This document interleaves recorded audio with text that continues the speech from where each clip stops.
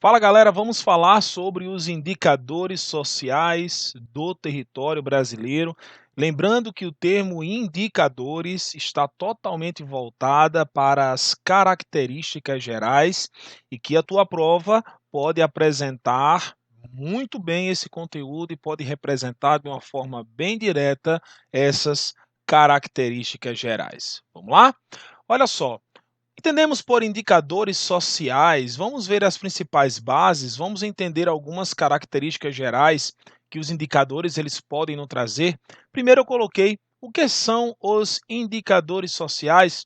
Olha só, são estatísticas. Olha bem, são estatísticas sobre aspectos da vida de uma nação que em conjunto, olha o termo utilizado, conjunto, retratam o estado social dessa nação e permitem conhecer o seu nível de desenvolvimento social. Olha só, o termo desenvolvimento social vai estar exatamente no processo evolutivo.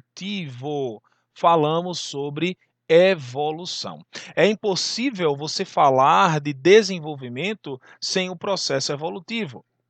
E eu quero que você entenda que desenvolver não quer dizer que um dia esse país ele venha a ser desenvolvido. Veja bem, o Brasil é um país que é uma nação que está em processo de desenvolvimento, mas não quer dizer que esta nação ela será um dia desenvolvida, até porque desenvolver não quer dizer que um dia a nação ela venha apresentar um panorama de países de primeiro mundo.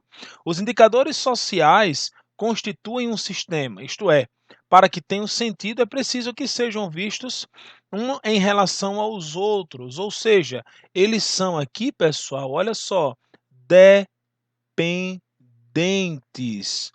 Eles são dependentes um do outro, ou seja, os indicadores sociais, eles possuem uma relação social.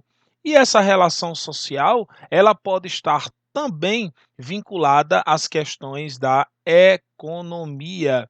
Até porque, para que você venha a ter um desenvolvimento social, é necessário que você tenha a sua base econômica, até porque os indicadores eles só podem obter determinadas mudanças a partir do momento em que eu tiver os chamados indicadores sociais. Vamos para as divisões?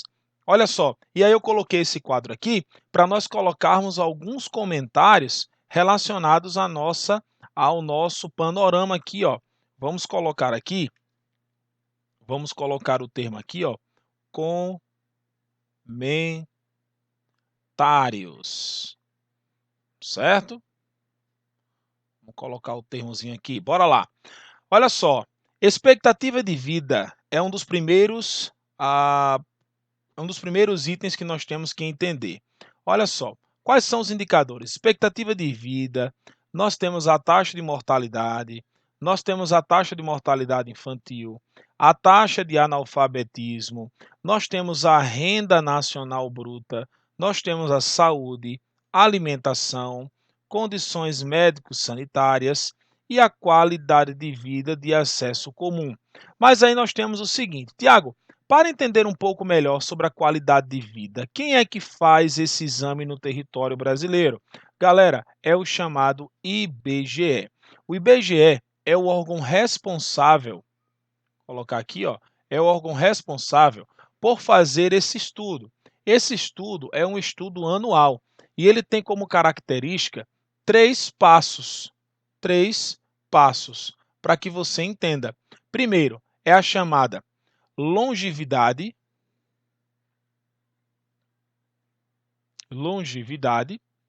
Segundo, nós temos o analfabetismo, e nós temos a renda per capita. Galera, esses três indicadores aqui, eles são responsáveis por medir a qualidade de vida no território brasileiro. Então, muito cuidado. Veja lá, na hora da tua avaliação, você tem que tomar muito cuidado com essas questões, quando a questão ela pode trazer para você esses indicadores e entender como. A partir do momento que você vê, ó, lá, dizendo assim, Longevidade, analfabetismo e renda per capita são características responsáveis pelo estudo IBGE anual para a compreensão da união do IDH no Brasil. Certo, tá bom? Então, muito cuidado. Então, a expectativa é a média de anos de vida de uma pessoa em determinado país. Vamos fazendo alguns comentários aqui. Olha só, média de anos, aqui ó, de vida de um determinado país. Existem países em que a média ela é de 73 anos, 83 anos, 94 anos, enfim, vai depender muito da média e da estatística de vida, da qualidade que aquele país ele vem apresentar. A taxa de mortalidade corresponde ao número de pessoas que morreram durante o ano. A taxa de mortalidade infantil corresponde ao número de crianças que morrem antes de completar um ano. A taxa de analfabetismo corresponde ao percentual de pessoas que não sabem ler nem escrever. Essa questão sobre a taxa de analfabetismo, pessoal, ela é bem interessante. Por quê? Olha só, a taxa de analfabetismo, ela pode ser dividida aqui, ó, taxa de analfabetismo. A taxa de analfabetismo pode ser dividida de duas formas, a primeira e a segunda. No caso, é o analfabeto. O analfabeto é aquele que não sabe ler nem escrever. É aquele que assina o nome com a digital. Olha só, é aquele que assina o nome com a digital. Ele não conhece nenhuma das letras. Mas o analfabeto funcional é aquele que sabe ler, ele consegue compreender, ele consegue entender um pouco dos passos da alfabetização. Então, é aquele semi-analfabeto.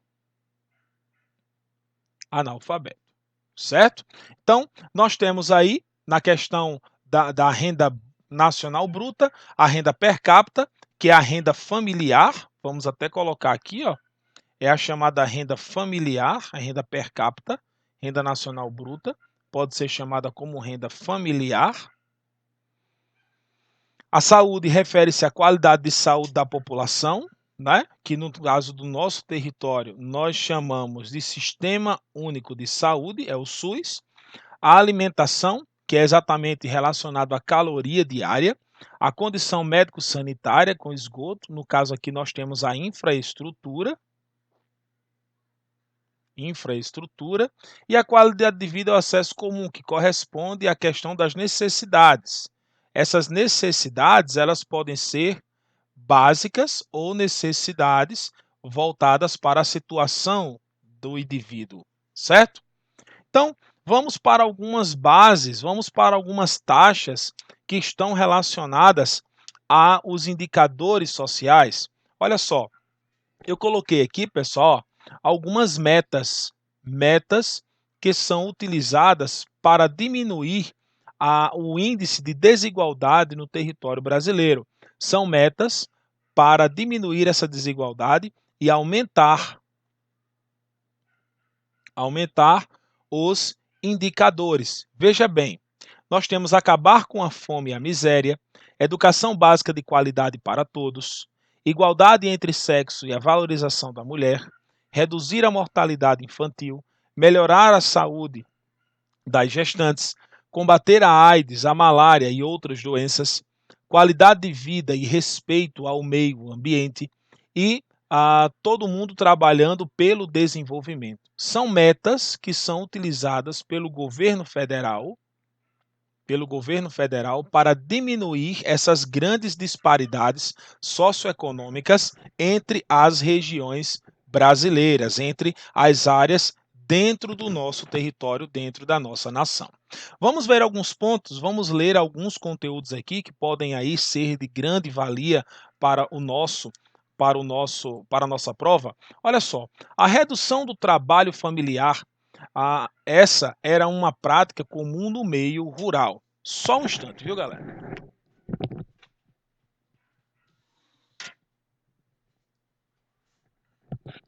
Bora lá, eu fui fechar a janela aqui que tem um cachorro aqui aperreando. Bora lá. Essa era uma prática comum no meio rural. Consistia em ter muitos filhos para exercer atividades nas propriedades rurais. Assim, a família não precisava pagar um trabalhador assalariado. Com a urbanização, essa característica foi sendo substituída, pois a vida nas cidades exigia maiores gastos. Olha só, é uma grande característica aí do interior, né? As famílias elas possuírem números de filhos exorbitantes para trabalhar nas lavouras, mas devido à grande concentração latifundiária, devido às condições sociais que o território brasileiro apresenta, nós vamos ter uma grande problemática aí, a situação da saída do homem do campo para a cidade. Queda no número de casamento precoce. Olha só, a realidade rural promovia o casamento entre pessoas muito jovens. Já nos centros urbanos, as pessoas contraem matrimônio com idades mais elevadas e tendem a ter poucos filhos. Isso vai elevar o quê? Isso vai trazer uma grande diferença na taxa de natalidade. Por quê? Porque a natalidade ela vai ser oriunda exatamente do descontrole. Às vezes acontece em áreas que não têm influência médico-sanitária, que não têm influência de contraceptivos, mas algumas áreas tendem a ter um maior número de filhos exatamente por causa da questão cultural interiorana. E exatamente também, ó, a questão do custo dos filhos, eu vou deixar para que vocês leiam, a questão do custo dos filhos, que é muito alta, o papel da mulher no mercado de trabalho e os métodos anticontraceptivos têm diminuído cada vez mais o número das taxas de mortalidade, de natalidade nos territórios da zona urbana. A zona urbana tem apresentado uma diminuição grande nessa questão da natalidade. Por quê? Porque ter um filho hoje é muito difícil. Ter um filho hoje é algo muito caro e que requer muito tempo, requer muita dedicação. Então, a mulher hoje, ela está procurando cada vez mais contribuir com o mercado de trabalho. Ela está cada vez mais planejando a sua vida e dando prioridade às demais coisas para depois orçamentar um desenvolvimento familiar. Vamos lá? Em linhas gerais, entre os principais problemas brasileiros que repercutem nos indicadores socioeconômicos são, lembrando que essa questão sobre indicadores socioeconômicos, nós vamos ter aqui, pessoal, indicadores socioeconômicos, nós vamos ter a relação da a relação da sociedade com as bases, da economia. A relação da sociedade com as bases da economia, ou seja, é a relação de um para com o outro. É impossível você ter uma base econômica, é impossível você ter uma questão social sem antes observar a economia, porque um está relacionado ao outro. O Brasil é um país que se caracteriza por apresentar uma das piores distribuições de renda, é a chamada má distribuição de renda, com uma grande parcela da população vivendo em situação de pobreza. Pessoal, é isso que vai fazer com que o Brasil seja genuinamente um país emergente, porque há uma grande desigualdade entre as questões econômicas e sociais no Brasil. No século XXI, a redução da inflação, a geração de empregos formais, o aumento do salário mínimo acima da inflação e os problemas de inclusão social federal contribuíram para a ascensão social de um grande contingente de brasileiros. Lembrando que essa questão sobre a ascensão social e o contingente de brasileiros vem desde a segunda metade do século XX, aonde nós vamos ter aí uma rápida evolução da população, fazendo com que esta mesma população ela venha a ter características evolutivas, ou seja, a, a, a a taxa de natalidade aumentou drasticamente, mas depois veio decaindo conforme a sociedade ela veio evoluindo. Olha só, vamos para as taxas de analfabetismo. Olha só, as taxas de analfabetismo, eu coloquei aqui esse gráfico, exatamente para que você entenda que as taxas de analfabetismo vêm ocorrendo no território brasileiro e vinham diminuindo, tá? Mas agora nós temos o Nordeste como a região que mais apresenta taxas de analfabetos no território. O problema da falta de escolaridade ou da baixa escolaridade educacional dificulta o acesso do indivíduo a uma melhor qualificação profissional ou impede que ele desempenhe bem o seu trabalho. E aí nós temos aqui, ó, o território brasileiro, 8% da sociedade brasileira ela é analfabeta. Dentre as 5 regiões, a primeira é o Nordeste, a segunda é o território Norte, a terceira é a região Centro-Oeste, a segunda é a região Sul, a quarta é a região Sudeste e a quinta a região Sul. A região Sul é a região que menos possuem taxas de analfabetos e a região Nordeste ela é a campeã, é a que mais apresenta índices de analfabetos. E aí, vamos para a questão da taxa de natalidade. Olha só, vamos colocar alguns comentários aqui. O que é a taxa de natalidade? Olha só, natalidade. A taxa de natalidade, pessoal, ela tem como principal função, coloque aí, ó, função, medir o número de crianças nascidas em um dado território. No caso do Brasil, a taxa de natalidade ela é medida através das regiões. E aí nós teremos o primeiro, o segundo, o terceiro, o quarto e o quinto lugar.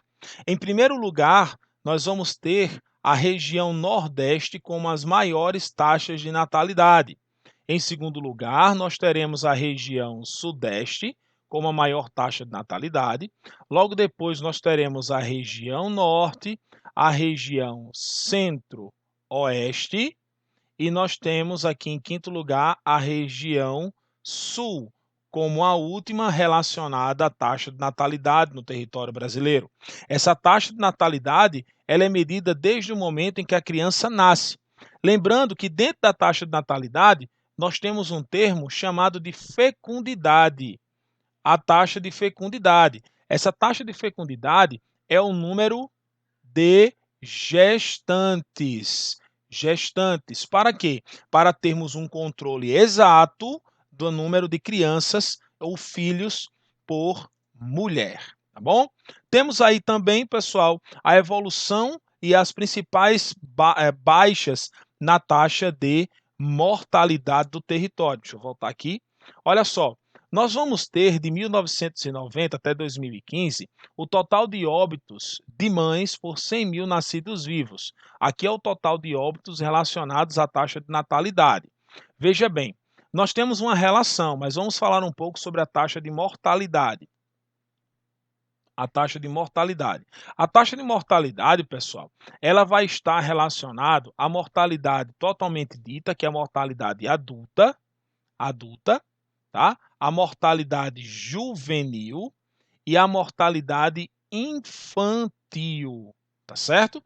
Esses 3 tipos de natalidade aqui, eles vão apresentar os chamados dados estatísticos. Esses dados estatísticos, eles vão ser coletados, vão ser colocados em porcentagens pelo então IBGE e a partir daí serão o que nós chamamos de dados contabilizados. E aí, pessoal, a união, vamos chamar de indicadores sociais, a união das chamadas taxas. Nós teremos as taxas de natalidade, as taxas de mortalidade, taxa de longevidade, analfabetismo, nós teremos aí a renda per capita. Todos esses itens aqui, eles fazem parte dos indicadores sociais que têm como principal objetivo observar a qualidade de vida dos brasileiros, tá bom? Espero ter ajudado você. Um grande abraço. Qualquer dúvida, estarei à disposição. Guerreiros e guerreiras, Caveira.